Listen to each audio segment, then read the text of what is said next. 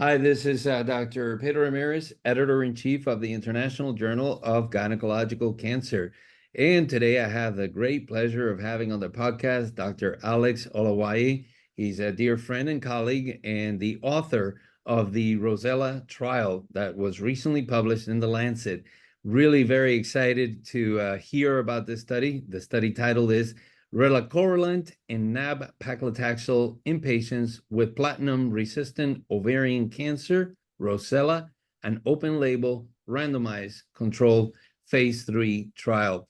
Alex, it's really great to see you, and thank you so much for accepting the invitation to be on the podcast. And congratulations to you and all of the authors that took place and participated in the ROSELLA trial. Thank you. So, Alex, I wanted to start by discussing what is the history of the use of glucocorticoid receptor signaling in ovarian cancer? How does relacorilant mechanism as a selective glucocorticoid receptor antagonist contribute to the overcoming chemotherapy resistant in platinum-resistant ovarian cancer? Thank you, Pedro. Simply, ROSELLA just followed the biology of glucocorticoid receptor modulation. And what we took to phase 3 trial in ROSELLA had previously been investigated in phase 1 and phase 2 studies, both of which showed that modulating these glucocorticoid receptors would lead to benefit for the treatment of ovarian cancer. And the biology is that the glucocorticoid receptor signaling leads to activation of two very important genes. One of them is called serum glucocorticoid receptor kinase 1, and the other one is called dual specific phosphatase 1. These SGK1 and DOSP1 genes, when they're activated, lead, of course, to the production of the correlating proteins, and these proteins are anti-apoptotic. So they basically encourage cells not to die.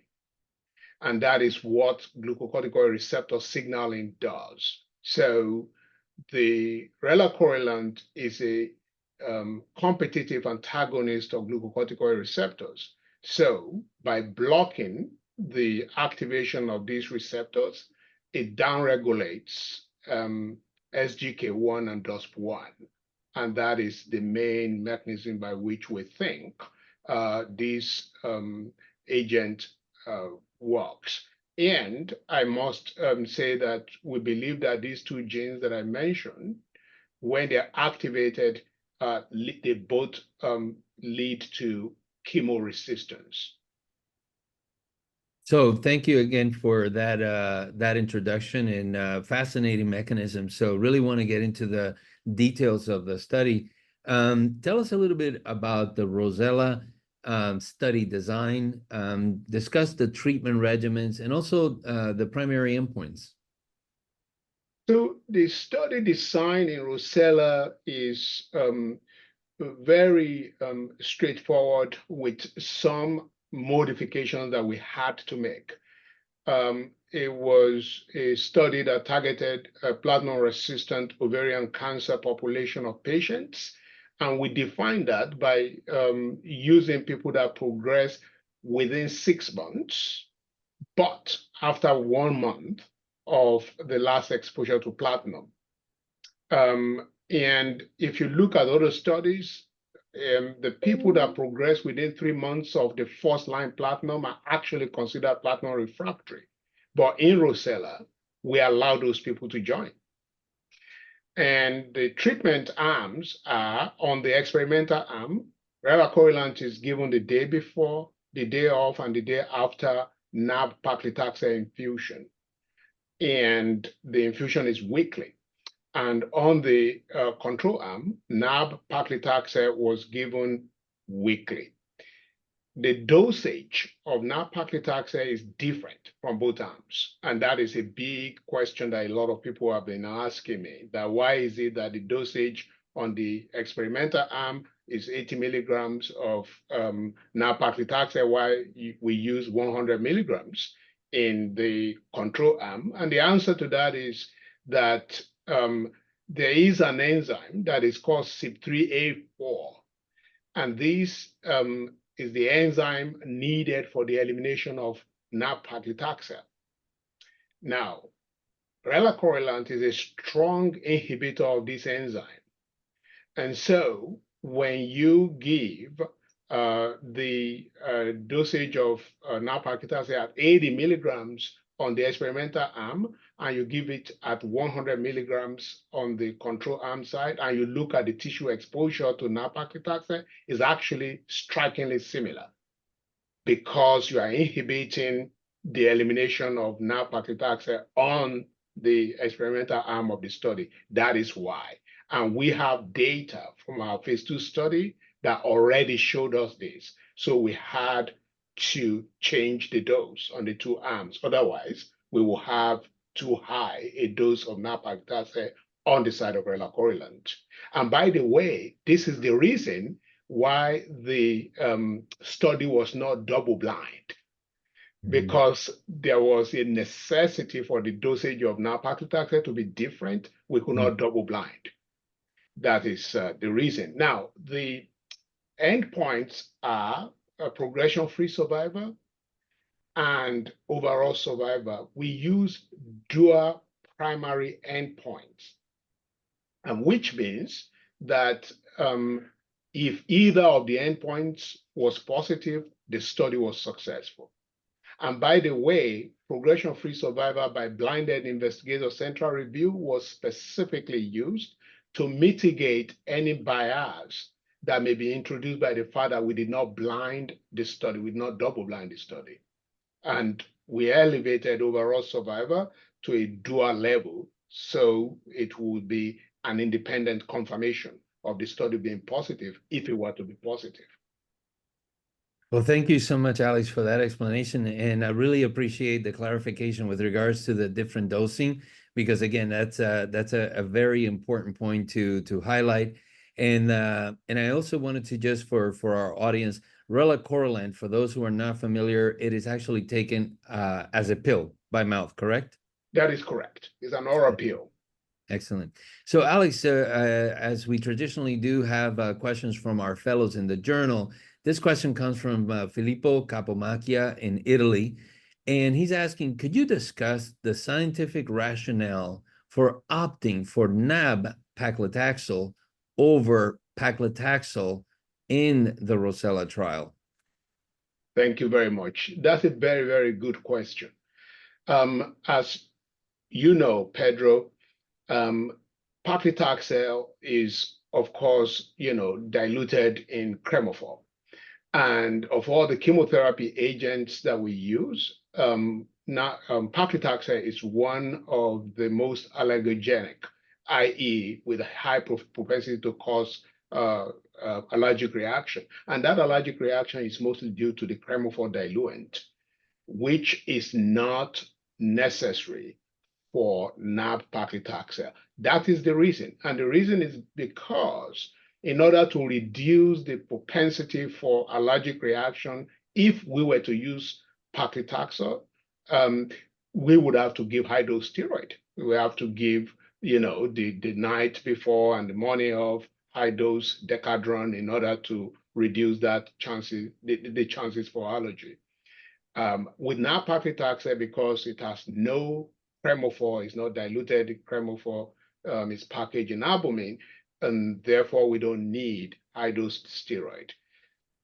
This is important because our drug, relacorilant, it's going to be antagonizing glucocorticoid receptors.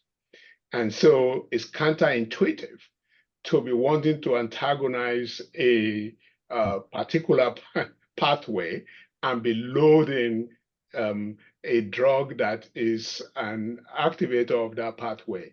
And so we wanted to avoid the use of steroids. That is why nab-paclitaxel was necessary. Yeah, perfect sense. So now, Alex, let's get on to the results of the study. And by the way, congratulations, 381 patients in just over a year, from 2023 to 2024. What are the results of the study? These very exciting results, and what are some of the things you would like to highlight for our audience? Oh, absolutely. So starting with the progression-free survivor first, the progression-free survivor was statistically significantly prolonged on the side of relacorilant combined with nab-paclitaxel, combined with nab-paclitaxel monotherapy. And what was fascinating in this progression-free survival analysis was that the separation of the curves occurred very, very early. And the hazard ratio showed, it was 0.7 with 30% reduction in the risk of progression or death on the side of relacorilant. By 6 months, about 10% more people had experienced progression on the side of nab-paclitaxel monotherapy compared to the experimental arm with relacorilant, which was, again, statistically significant. As at the time that we cut off the data before the presentation that took place at ASCO, the overall survival data had not matured, but there was already a clinically meaningful separation of the curves for overall survival with nab-paclitaxel compared to relacorilant addition having a hazard ratio of 0.68 in favor of the relacorilant arm. And we are in no doubt that this is heading for statistical significance. It has just not reached that place yet. As at 12-month mark, the separation of the survivor curves for overall survivor had even widened further, with a very impressive difference on the experimental arm compared to the control arm. Excellent. So now, as a perfect follow-up, actually, to your summary of the results, this question comes from Helena Overmeyer in Sydney, Australia, and she's asking, in the interim overall survival analysis, the Kaplan-Meier curves only began to separate after about 6 months. What do you think explains this delayed benefit of relacorilant? And could there be a time-dependent or cumulative effect of glucocorticoid receptor modulation in reversing chemoresistance? Well, it stands to reason. The intelligent guess about why that happened would be, it takes time to reverse the effect of glucocorticoid receptor modulation that already, took place in that cancer when we began to modulate with relacorilant, because we think that relacorilant's main action is reversing the resistance to chemotherapy. So after it takes the resistance away, I suppose the tumor needs adequate exposure to the agent, which is the chemotherapy that is actually doing the job. So it wasn't surprising to us that we began to see the result in a delayed fashion, but we were very excited about how it shaped out at the end. Excellent. This next question comes from Luisa Prope at the University of Münster in Germany. And she's asking, how do you evaluate the finding of only 1 month improvement in progression-free survival in the relacorilant group versus the nab-paclitaxel alone? How does this very small improvement impact overall survival benefit of at least 4.5 months in the relacorilant group compared to nab-paclitaxel alone? So the answer, we think, is simple. It is quite possible that relacorilant was more impactful in preventing death than it is in delaying progression. So its effect continues beyond the point of progression of disease. That is number one.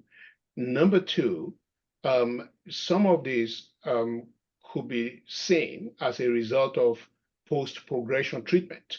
the quality of that treatment, which obviously was not controlled for in the trial. But whatever happens, it is still a benefit on the side of relacorilant. That exposure could have modulated the biology of the tumor such that whatever was then given post-progression had a better chance of working better, even when the tumor was no longer responding to weekly nab-paclitaxel. We think these are all theoretical reasons why we saw, as you said, even though statistically significant, but a short overall survival, a short progression-free survival, and a much wider difference in overall survival. And by the way, this was also seen in the MIRASOL trial, which is interesting, and is seen in one other trial. So we're not actually the only study where we saw this, which is very interesting.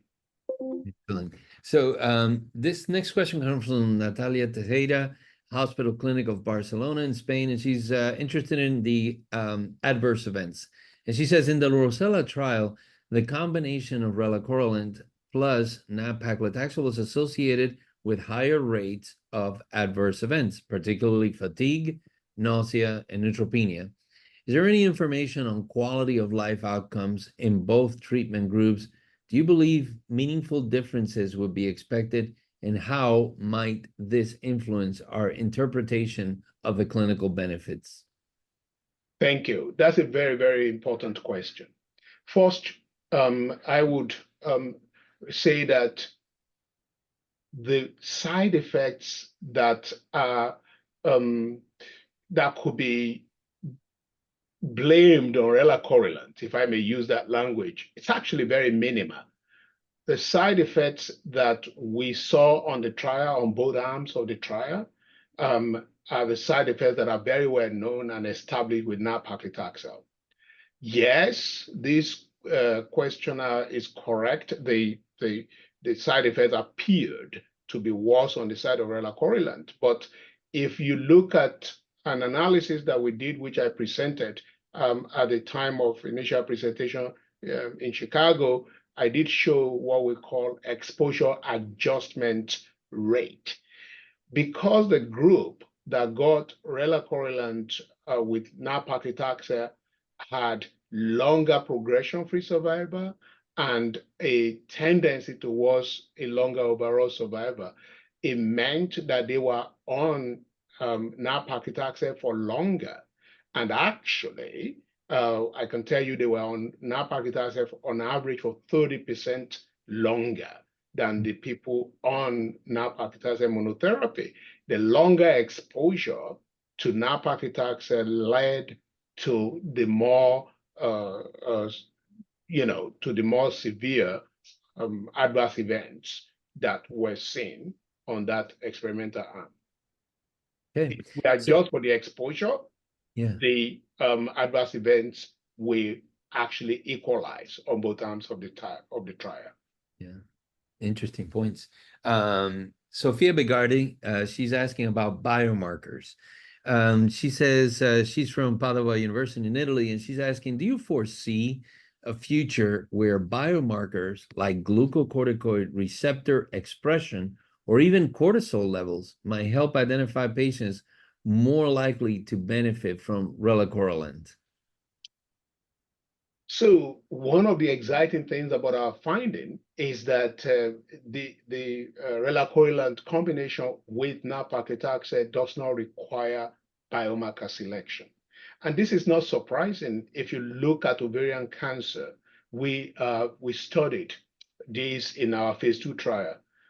Generally speaking, ovarian cancer across the board express high level of glucocorticoid receptors.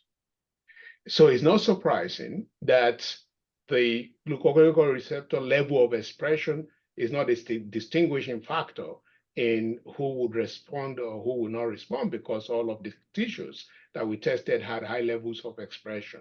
So, but we're continuing to look at this data to see whether a certain level of glucocorticoid receptor would predict a better response or a more impressive response compared to another level. So far, there is no correlation between the level of glucocorticoid receptor and the response that is achievable with the use of relacorilant. Yeah, very interesting. Natalia Tejeda, again from Barcelona, she's now asking about BRCA status. Subgroup analysis showed a greater progression-free survival benefit in BRCA negative patients compared to those with BRCA mutations. How might we interpret this finding in light of the proposed mechanism of relacorilant? Well, so that's an excellent question, by the way.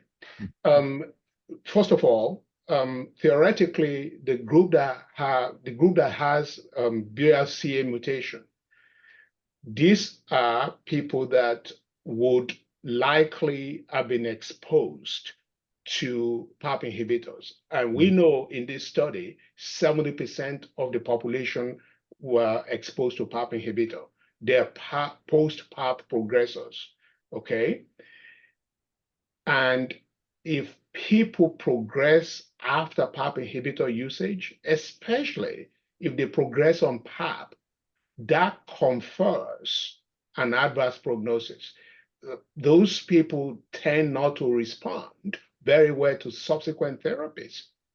And so we don't think even relacorilant's biology frees it from the fact that these are a higher prognostic group to treat. Because remember, what relacorilant tries to do is to modulate the chemoresistance that is conferred by glucocorticoid receptor modulation. And if I suppose if the level of resistance is so high because of the subgroup of the cancer, no matter how much relacorilant is doing, that agent, in this case, nab-paclitaxel, is just that much less effective because we're treating a high prognostic group. Very interesting, important information. This one comes from Rim Abu Chakra in Lebanon. And she's asking, the use of growth factors was higher in the combination arm. Was there any prophylaxis strategy outlined in the protocol, or was it left entirely up to the investigators? Should we use growth factor prophylaxis when using a combination of a taxane and relacorilant? So it was at the discretion of the treating physicians. And I'll go back to that exposure adjustment rate that I mentioned, which indicated that those who were on relacorilant were on nab-paclitaxel for long, and therefore their bone marrows were under suppression for much longer, and basically impacting the reserve of those bone marrows. So it's not surprising that they had more usage of GCSF in that group. What I would say, I actually believe that there is nothing wrong in being proactive and using GCSF prophylactically in patients that are going to be using relacorilant if, as we hope, the drug becomes available to our patients. What I would say about that, as you know, Pedro being a senior oncologist, is patients that are going to struggle, where you're going to really struggle with their bone marrow, you actually find out pretty early. So within the first few cycles of therapy, if I begin to see that the bone marrow of the patient is struggling, I will be proactive in starting them on GCSF so that I can have the opportunity to continue to give them relacorilant combined with nab-paclitaxel for much longer, so that they can derive the benefits. Yeah, makes sense. Now, another question from Rim. She's asking, the trial permitted dose reductions of nab-paclitaxel due to CYP3A4 interaction with relacorilant. Might this have impacted the efficacy? No, that's a good question, by the way. But the answer is embedded. These fellows are very smart, Alex. They're very, very smart people. I'm very happy I'm not a fellow alongside them. The competition is stiff. So here's the deal.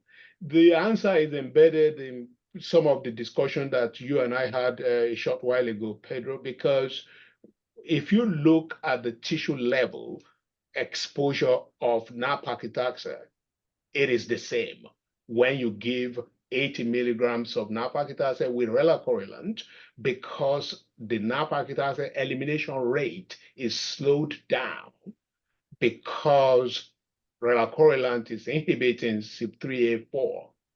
On the monotherapy side, that is not happening. So that, the CYP3A4 in those patients that got nab-paclitaxel monotherapy is actively eliminating the drug. So at the end, what we got at tissue level was the same. And we checked for this in our phase 2 trial and confirmed that the tissue exposure is similar. In fact, that is also, as I mentioned earlier, the reason why we did not do a double-blind trial, because you can't do a double-blind when the dose that you're using on one side is different from the dose on the other side of the trial. Yeah. So this next question is on use of bevacizumab. This comes from Rossano Marina in Milan. And she's asking, bevacizumab plus weekly paclitaxel has been a standard regimen since the ROSELLA trial. Given that ROSELLA included only patients previously treated with bevacizumab, how might these results influence the treatment choice, especially in platinum-resistant patients who are still on bevacizumab naive? So, excellent.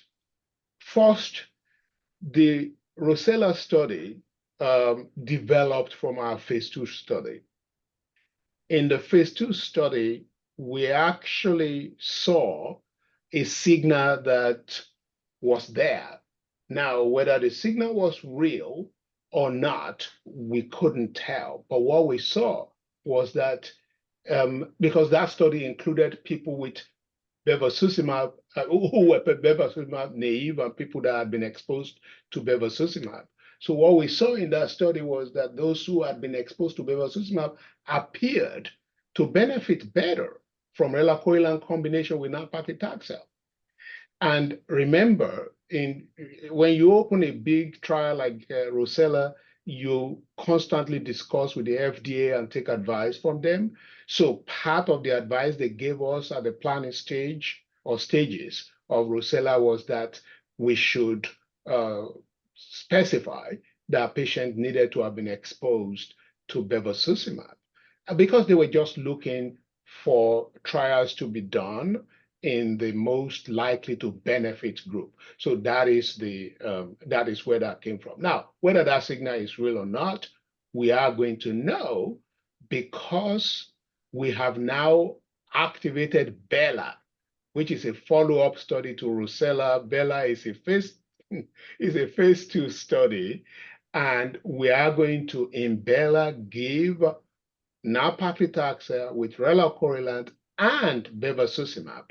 And we're going to treat patients that are platinum-resistant, that have platinum-resistant ovarian cancer. We're going to treat patients that are platinum-sensitive ovarian cancer. We're going to treat endometrial cancer patients with the BELLA regimen. With one important exception, we are going to require 50% of the patients recruited to this study, BELLA, to be bevacizumab naive. So we would have the data from bevacizumab naive population as well. And we would have the control arm and the experimental arm of the ROSELLA study to look at and compare what we find in BELLA when it reads out. Wow, exciting. And I was not aware of this trial. And by the way, your studies have the best name, ROSELLA, BELLA. So this next question comes from Rossano again about when to use relacorilant. So she's asking, ROSELLA's subgroup analysis, despite the small numbers, suggests that there's a greater benefit in patients with 2 or more prior therapies. Could relacorilant be specifically more useful in later line platinum-resistant disease? Well, so one thing that I would caution, good question, I like it. So this is coming from the forest plot, but when you do subgroup analysis, it's important to remember, doctor, that you are splitting alpha, okay? So the one alpha that we're confident about is the overall interpretation. When you begin to split alpha, it's very, very difficult to really know what each level of division that you are now sub-analyzing really mean. That being said, we take signals like that and take them into account in future study designs because this drug is very new on the market. It's a new mechanism, it's novel, and therefore we are intending to study it in other disease sites. We're going to combine it with various things, like we're beginning to combine it with bevacizumab in Bela, and in fact, in urology, it's already being combined with enzalutamide, which is an androgen receptor antagonist for prostate cancer. So we're going to have more information about this. So, Alex, this next question comes from Sao Paulo, Mariana Carvalho, and she's asking another interesting question. I think in the setting of platinum-resistant ovarian cancer, now with these exciting results of the ROSELLA trial, how would you sequence your strategy, as an example, in patients with high folate receptor alpha expression, patients who are HER2 positive? How would you sequence relacorilant in this patient's populations? Thank you. Again, I appreciate the question because it's very important. People have to have clarity. We're trying to help these women, and when we have the good problem of having options, then it becomes very important. Which one do we use first and which one do we use second? I would say this to you. If my patient has high expression of folate receptor alpha, I would go for mirvetuximab soravtansine first, okay, before going to ROSELLA. The patient does well on Mirasol regimen, then I still have an opportunity to use the ROSELLA drug for the Relacorilant for the patient at subsequent time when the patient progresses on mirvetuximab. Now, that is a different story when you talk about the HER2 receptor expression, because I'm sure that the fellow is aware of the Destiny Pantumor-2 trial, where this, drug, trastuzumab deruxtecan, gained very, expedited approval because of the impressive response rate that was obtained from that study. But what I would say is that is a small study, a small group of patients at endometrial cancer, a small group of ovarian cancer patients. That data, it's not the same level of data as ROSELLA. So by virtue of the data that is informing the trial or the drug regimen, I would prioritize ROSELLA combination with relacorilant, combination with nab-paclitaxel over HER2 expressing tumors in this setting. That's why the FDA asked them to go and do a confirmatory trial, because sometimes what you see in the initial small study may not pan out in a confirmatory trial. ROSELLA is a confirmatory trial.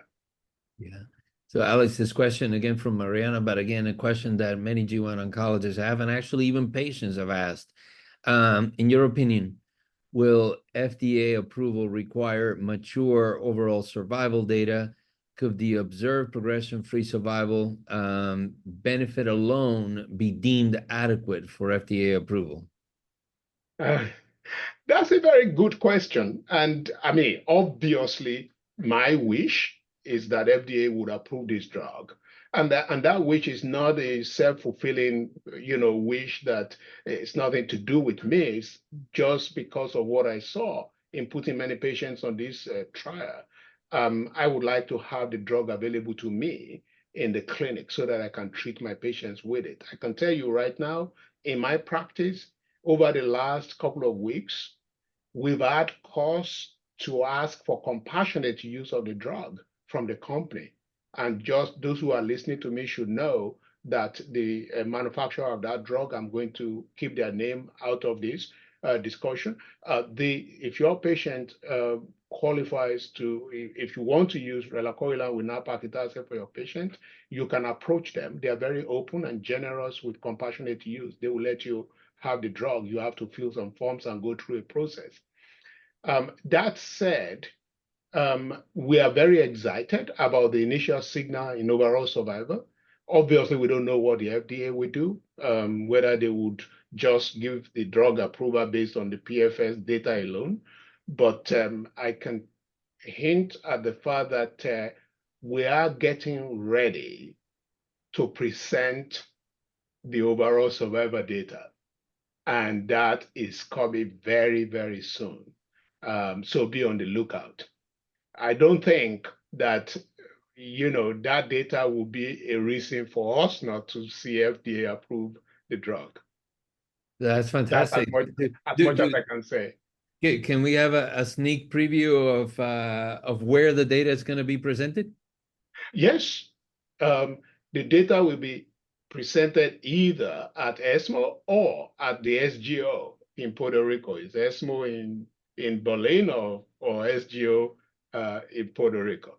Excellent. So, Alex, just a few more questions. This has really been very exciting to speak with you about the trial. This question comes from Helena Obermeyer. And you talked a little bit about combination with other agents like bevacizumab. She's asking, is there a future for combination of relacorilant with other drugs? And I would even venture to extend that. Could there be a possibility of one day seeing mirvetuximab in conjunction with relacorilant? I certainly hope so. It looks to me that relacorilant, based on its modality of action, it's a medication that is going to be a great collaborator on the market, because what relacorilant does is helps other drugs to work better. How cool is that? And, Dr. Obermeyer, I can also tell you this, which is very important. Remember, ADC, antibody drug conjugates, I mean, this is a fancy name. All of us are drunk on ADCs right now because there's so many of them being studied, and it's exciting time in oncology. But remember, ADCs are actually, most of them anyway, are chemotherapy. They're just chemotherapy that we found a much more clever way to deliver. So if relacorilant is benefiting your good old nab-paclitaxel, I don't see any reason why it cannot benefit and make exatecan work better, or make some other, like maytansinoid, the drug, the payload in mirvetuximab soravtansine, work better because it's chemotherapy. In fact, it's a very old tubulin poison that was packaged in that drug and was that looked excellent in Mirasol. So I certainly will hope that we combine this drug with IOs, with ADCs, and with other agents that are coming onto the market to help women who have cancer. Excellent. So, Alex, two more questions. One of them is, what do you see as the limitations of the ROSELLA trial? So ROSELLA trial is, I mean, first of all, we have an important point here, which is all clinicians, Pedro and I included, have to deal with. When you give a jar of pills to a patient, you are trusting that they're going to use it, right? It's a pill, they take it home and they're supposed to use it in the comfort of their homes. And therefore, there's always an issue or a concern about compliance. That is she really using it? I mean, or using it the way I, instructed that she should use it? That's always a concern. And so it's a challenge that we're giving the patient and trusting the patient to use it the way we instruct, and that may not happen. So that's always going to be there. The other thing that I would say is, if you antagonize glucocorticoid receptor and you gain benefit on the side of trying to treat cancer, you would have to be concerned. I am concerned about how generously we use steroids in the course of treating cancer. And so, and this use is so traditionally ingrained in our prescription practice of, drugs in ovarian cancer and other cancer sites that we treat, that I don't know how that interface is going to work. Because if steroids are counterproductive for what we're trying to achieve, alongside using drugs like, Relacorilant, we have to also think that it may be a good idea to reduce how generous we are using the steroids. What I can tell you, though, is at physiological level, cortisol is able to modulate glucocorticoid receptors and get the same negative impact on chemoresistance, i.e. increased chemoresistance.